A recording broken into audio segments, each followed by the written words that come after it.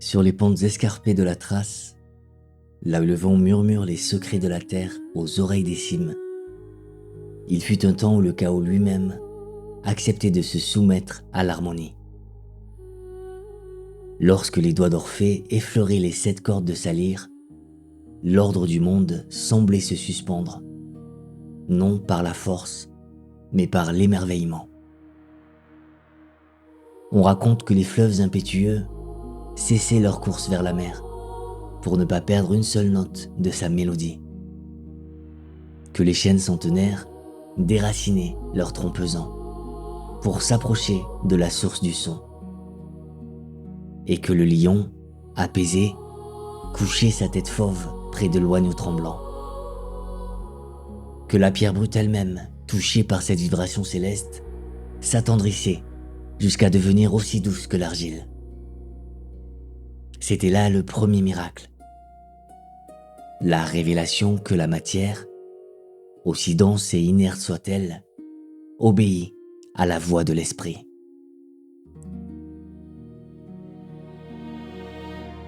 Je vous invite aujourd'hui à rencontrer cet homme, non pas simplement comme le poète amoureux dont l'histoire a traversé les âges, mais comme une figure bien plus vaste. Orphée est l'archétype du grand initié, le maître des enchantements. Il est celui qui connaît la géométrie cachée de l'univers et qui sait, par le verbe et le rythme, réaligner ce qui a été brisé. Il ne joue pas de la musique, il répare le tissu du monde. Il est le gardien d'un savoir ancien qui nous enseigne que tout dans cet univers est vibration et résonance. Son chant n'était pas une performance, c'était une incarnation. Comme l'a si justement écrit le poète Rainer Maria Rilke dans ses sonnets à Orphée, saisissant l'essence même de ce mystère. Chanter, en vérité, c'est un autre souffle. Un souffle autour de rien. Un vol en Dieu. Le vent. Comprenez bien que ce que nous allons explorer ensemble n'est pas une simple tragédie romantique, ni un conte lointain sur les malheurs d'un couple séparé par la mort. Ce récit est une cartographie sacrée. C'est une allégorie mystique de votre propre parcours, de la trajectoire de chaque âme humaine. C'est l'histoire de la conscience qui descend dans la lourdeur de la matière, qui se confronte à la douleur inévitable de la perte et qui doit trouver le courage de traverser ses propres ténèbres intérieures pour espérer, un jour, contempler la véritable lumière. Je vous invite à marcher dans les pas du poète, car son voyage vers les profondeurs est, en réalité, le chemin de notre propre retour vers l'essentiel.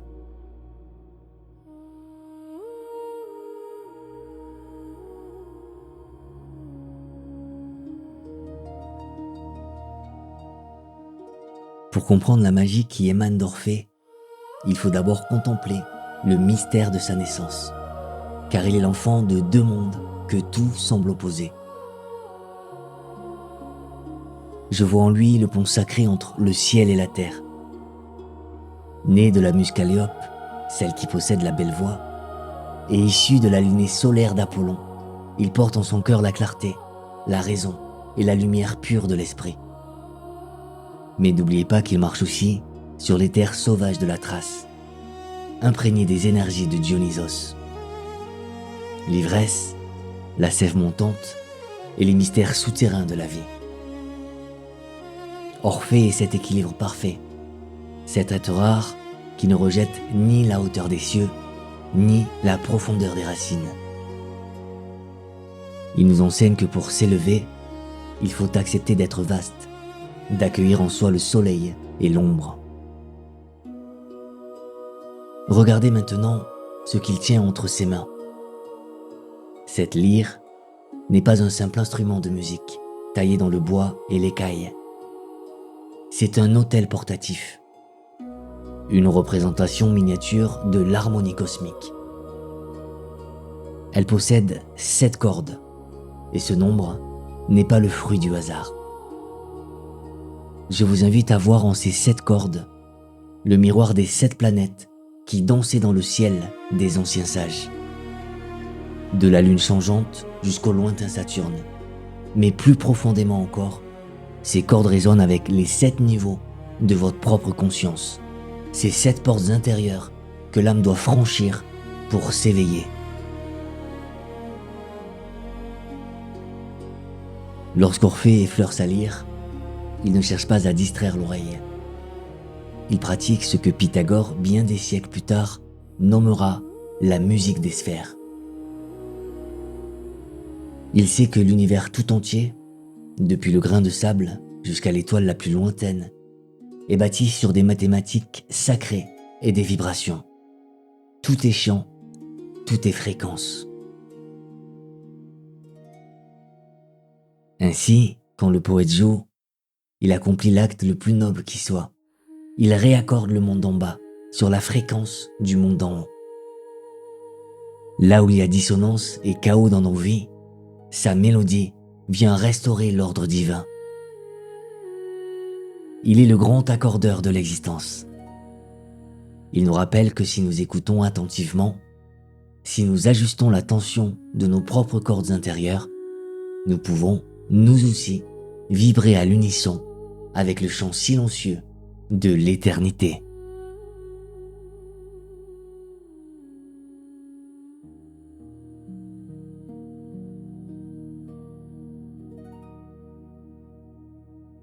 Je vous demande maintenant de poser un regard nouveau sur celle qui fut perdue. Ne voyez pas Eurydice comme une simple femme, une épouse mortelle dont la beauté s'efface avec le temps. Dans la grande tapisserie de ce mythe, elle est bien plus que cela. Elle est l'aimée intérieure. Elle est la psyché, l'âme elle-même, ou encore la Sophia, cette sagesse divine que tout initié cherche désespérément à étreindre.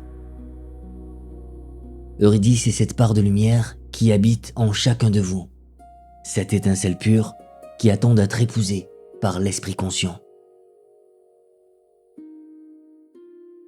Mais le drame de cette existence terrestre, c'est que cette union est fragile.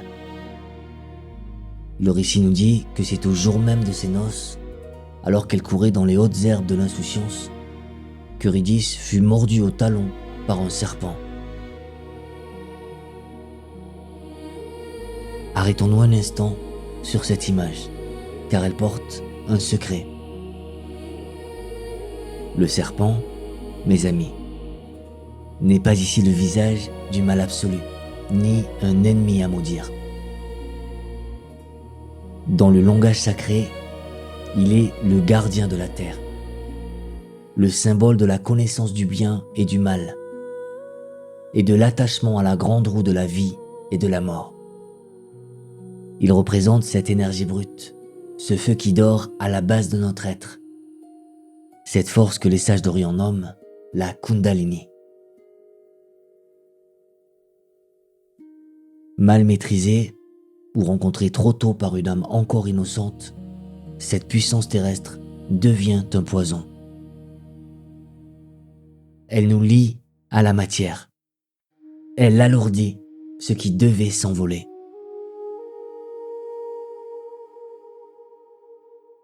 C'est ainsi que survient la grande séparation.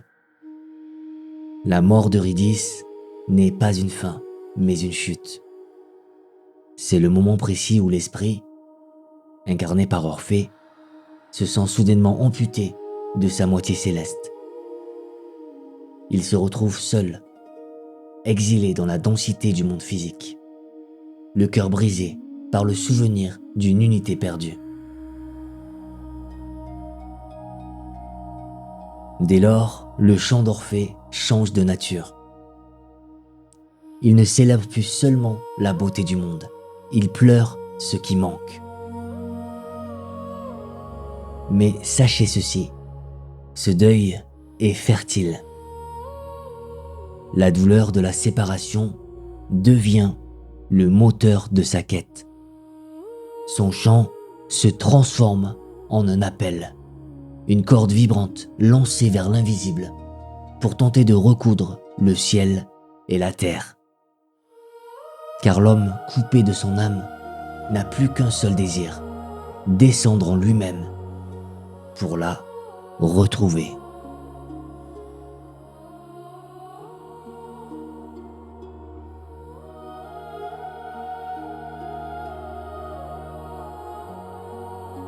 Et maintenant, je vous vois vous tenir au bord du gouffre, tout comme Orphée se tenait jadis à l'entrée du Ténare. Ne cherchez pas ce lieu sur une carte tracée par la main des hommes. Ce voyage n'est pas une marche vers les entrailles de la terre, mais une plongée vertigineuse à l'intérieur de votre propre être. La véritable catabase, cette descente sacrée, est le courage de fermer les yeux sur le monde visible pour s'aventurer dans l'immensité de l'inconscient, là où résident nos mémoires enfouies et nos peurs les plus anciennes. Sur ce chemin d'ombre, des gardiens veillent. Vous connaissez leurs noms, car ils habitent aussi vos nuits. Charon, le passeur au visage de pierre, qui exige un tribut pour traverser le fleuve des douleurs.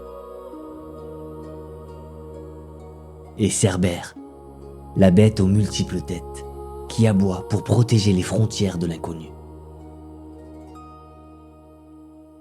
Face à eux, le guerrier dégainerait son épée, mais le guerrier échouerait. On ne combat pas l'obscurité par les armes, car le fer ne peut blesser le brouillard. Orphée, lui, ne lève pas la main, il ne serre pas le poing, il ouvre la bouche et il chante.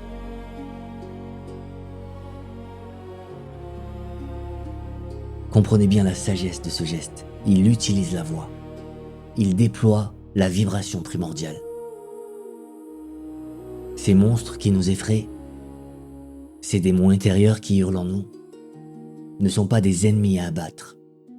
Ils sont des énergies nouées, des fragments de vie qui ont perdu leur chemin. Lorsque la lyre d'Orphée résonne, elle ne les contraint pas au silence, elle leur rappelle leur origine. Elle chante la douceur d'une harmonie qu'ils croyaient avoir perdue à jamais. C'est ici que le miracle opère. La musique apaise la bête, non par la peur, mais par le souvenir de l'amour divin. On dit même que dans cet instant de grâce, la roudiction, ce supplice éternel du désir inassouvi, s'immobilise. Le temps est suspendu. La souffrance cyclique s'arrête, brisée par la puissance de l'art sacré.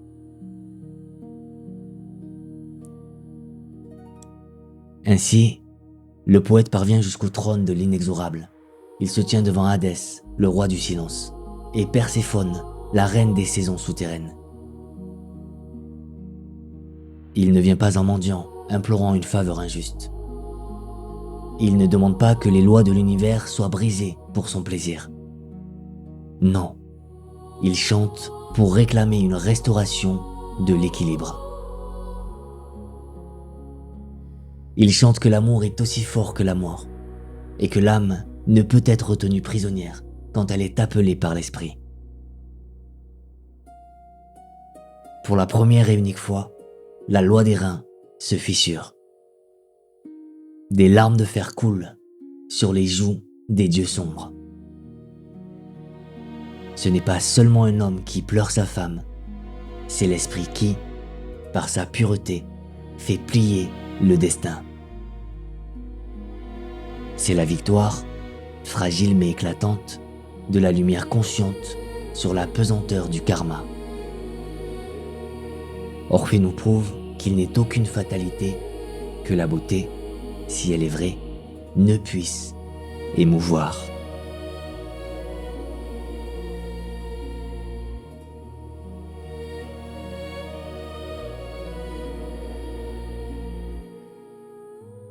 Voici maintenant le pacte scellé dans l'ombre. Hadès, le maître des profondeurs, accorde la grâce, mais il y pose une condition unique, une loi aussi tranchante qu'une lame. Va, Orphée, marche vers la lumière et ne te retourne pas. Si tes yeux se posent sur elle, avant que le soleil ne baigne son visage, elle retournera au néant.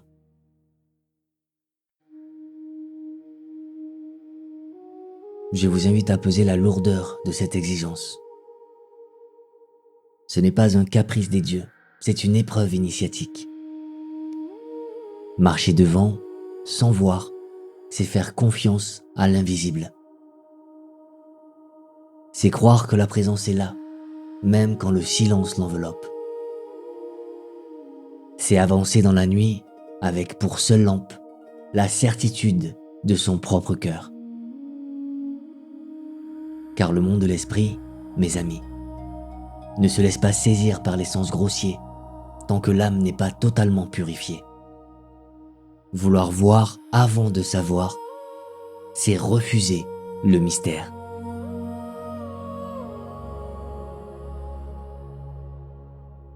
Alors commence la lente remontée. Je visualise Orphée sur ce sentier escarpé, naviguant entre les roches froides de l'inconscient vers la clarté du jour. Derrière lui, le silence est absolu.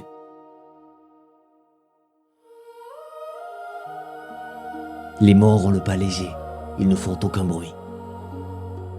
C'est ici que le véritable ennemi se réveille. Ce n'est plus Cerbère ni les furies, c'est le doute.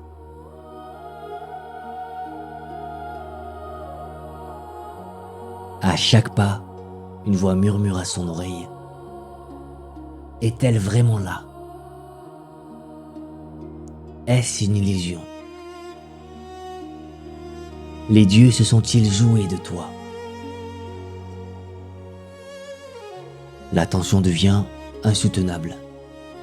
Il est un homme, après tout, et l'homme a besoin de preuves. Il a besoin de toucher pour croire.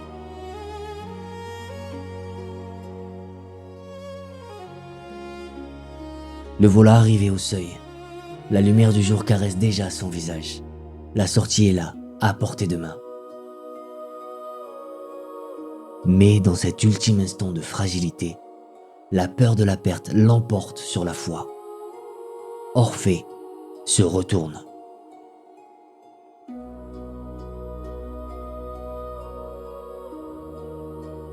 Et dans ce regard, tout s'effondre.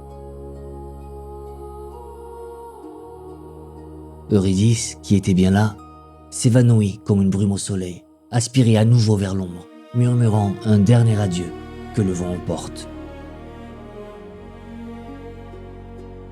Ne jugez pas ce geste comme une simple erreur d'amant impatient. C'est une leçon cruelle et nécessaire pour nous tous. L'échec d'Orphée est l'incapacité de l'homme à renoncer à la possession.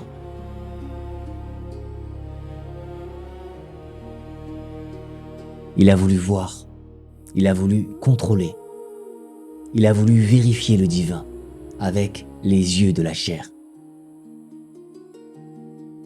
Or, la vérité ne se capture pas, elle s'accueille. En voulant saisir l'âme comme on saisit un objet, on la perd. Ce mythe nous murmure que le sacré doit être ressenti intérieurement, dans le calme de la confiance, et non observé ou retenu par la force de nos angoisses.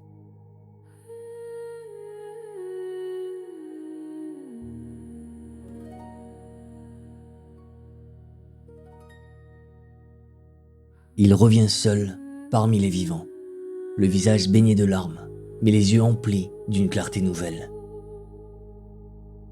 Orphée n'est plus l'amant qui cherche, il est le sage qui a vu. Il se détourne désormais des passions éphémères et de l'amour des corps qui se fanent, pour ne consacrer son souffle qu'à l'astre pur, Apollon, le soleil spirituel. Il marche parmi les hommes comme un étranger bienveillant, enseignant que la vraie vie ne réside pas dans l'agitation du sang, mais dans la paix de l'esprit Mais le monde, dont sa fureur aveugle, ne pardonne pas toujours à celui qui s'élève trop haut. Les Ménades, ces femmes ivres de la terre sauvage et du chaos de Dionysos, ne peuvent supporter ce chant qui les dépasse. Dans une frénésie brutale, elles se jettent sur lui et déchirent sa chair. Voyez-y le conflit éternel entre notre soif de pureté et nos pulsions les plus archaïques. Le poète est brisé, démembré, rendu à la poussière. Pourtant, c'est ici que la mort s'incline devant le miracle. On raconte que sa tête, tranchée et jetée dans les eaux du fleuve Èbre, ne sombre pas. Elle flotte, portée par le courant vers l'île de Lesbos. Et, défiant toutes les lois de la nature, elle continue de chanter. Sa bouche, libérée du corps, proclame des prophéties d'une beauté inouïe. C'est là le secret ultime que nous lègue l'orphisme. La destruction de la forme ne tue pas le verbe. Comme le murmurent les anciennes tablettes d'or retrouvées dans la tombe des initiés, je suis un enfant de la terre et du ciel étoilé, mais ma race est céleste.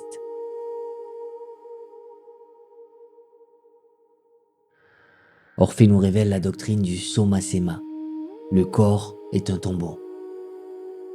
La mort n'est pas une fin, mais une délivrance. La libération de l'oiseau de l'âme hors de sa cage d'argile. En mourant, Orphée brise le cycle des retours incessants pour devenir pure vibration. Il nous enseigne que si notre enveloppe est mortelle, la parole de vérité que nous portons en nous, ce logos lumineux est, lui, impérissable.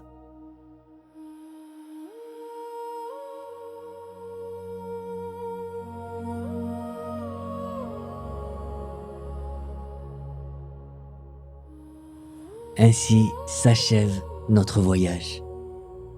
Mais le cercle, lui, ne se referme jamais vraiment. Nous avons traversé ensemble l'harmonie des sphères, ressenti la morsure soudaine de la perte, osé la descente vertigineuse dans les abîmes de l'être, et accepté l'échec nécessaire qui, paradoxalement, nous a rendus libres. Nous avons vu le corps se briser pour que le chant, enfin, devienne éternel. Sachez que ce mythe ne parle pas d'un temps révolu. Il parle de l'instant présent. Il parle de vous. Car Orphée n'est pas qu'un fantôme de l'Antiquité. Il est la part la plus noble de votre humanité. Chaque fois que vous transformez une douleur en sagesse, chaque fois que vous plongez courageusement en vous-même pour ramener une étincelle de beauté des ténèbres de vos souffrances, vous incarnez le poète à la lyre. Toute création véritable, toute lumière spirituelle authentique, naît toujours d'une blessure qui a accepté de chanter.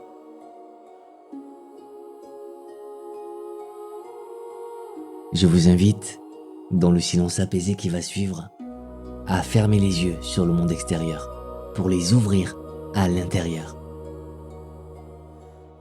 Demandez-vous, quel est votre Eurydice?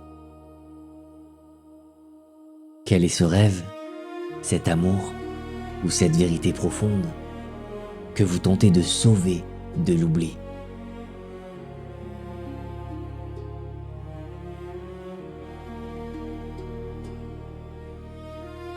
Et surtout, posez-vous cette question cruciale. Qu'est-ce que vous devez cesser de regarder en arrière? Quel regret, quel doute, quel passé pour enfin permettre à votre âme de s'élancer, libre et confiante, vers la lumière du jour.